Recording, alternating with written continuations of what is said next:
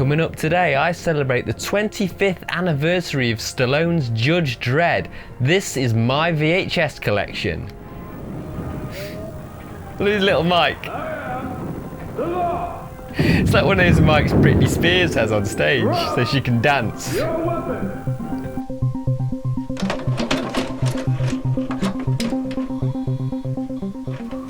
Hello there and welcome to the Enigmatic Productions channel. I'm your host Edward Harvey, and today is the 25th anniversary of Stallone's Judge Dredd, released back in 1995.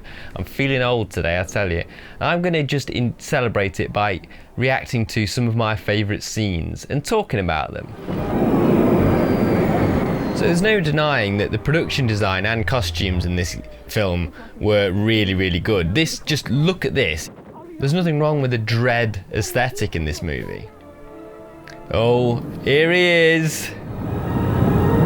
Look at that bike. And his New Rock boots. They look so much like New Rocks. Who had a pair of New Rocks back in the late 90s?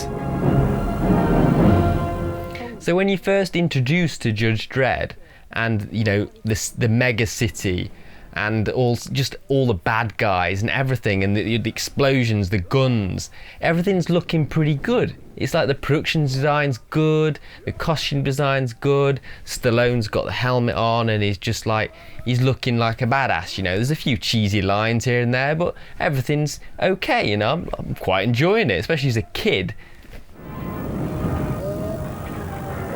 I am the law.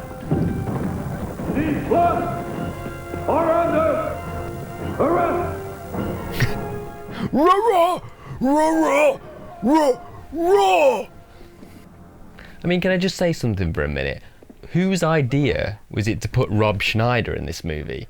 I guess in the 90s, Rob Schneider just was shoved in anywhere. It doesn't matter. It's like, I suppose it's comic relief, but I personally never found him very funny at all.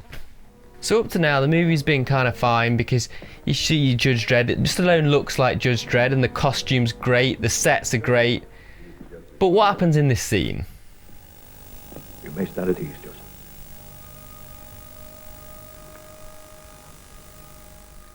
He takes off the helmet. Judge Dredd does not take off his helmet, and that's an absolute crime against Judge Dredd in the comics. Now you can see with the movie they're attempting some kind of fan service, because they do put in some of the iconic bad guys from the comics. The Angel family, for example. A bit like the family in kind of the Texas Chainsaw Massacre, these guys, like the cannibals, all sort of like deformed. And you got Mean Machine in that gang. He's absolutely iconic, that look he's got, and they did him perfectly. He looks exactly like I remember him in the comic books, so that's a pretty good thing. I do like that. I don't believe that he gets enough screen time, and don't believe he has a good enough fight, but he does look really good. The whole family looks really good, so I do like that. Scumbag. Oh, that'll win him over. Now this scene, this flying scene, is really exciting. It reminds me a little bit like the flying stuff in like Fifth Element, and I always love this kind of stuff because it's like a theme park kind of ride, you know, like those motion simulator kind of like 3D cinemas and whatever. The blue screen effects have kind of like dated a little bit, but if you're watching it on VHS like I am, it kind of just blends in and you can't really see the outlines too much, and it's just still quite impressive. Dragon, cover the rear. But I've never fired a gun in my life. What the hell kind of criminal are you? And you know, any kid watching that, and this is, I say a kid, this isn't a kid's movie. This movie's like rated 15. I don't know what that is in America and elsewhere. I suppose NC-17. It's not R, is it? It's like, but it's, yeah, a 15 rated movie, but it was marketed kind of towards kids. You've got like the video games. To survive in Mega City 1, you need serious self-defense. If you go out, carry a lawgiver, drive a safe vehicle, And definitely do not talk to strangers. You've got the Lawman of the Future comic series that was released at the same time as this movie and was promoting the movie all the time, and it's not a movie for kids. It's crazy. That's just I think it always happened this particular time, 80s and mostly 90s actually. You choose quickly, too. I should have put you down myself. Personally. And last but by no means least, the best scene in the movie, absolutely hilarious. I don't know what the hell they were thinking with this. It's not supposed to be funny at all. But you get Rico, the bad guy, and Stallone exchanging these stupid, like, back and forth lines, like sort of little short bursts, right getting close as if they're going to kiss or something. Why did you touch me? You killed innocent people. The means to an end. You started a massacre. I caused the revolution. You betrayed the law.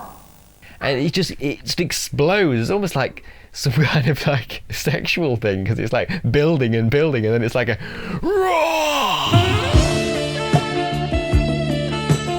I'll sit through the entire movie begrudgingly just to get to that bit. It is absolutely amazing.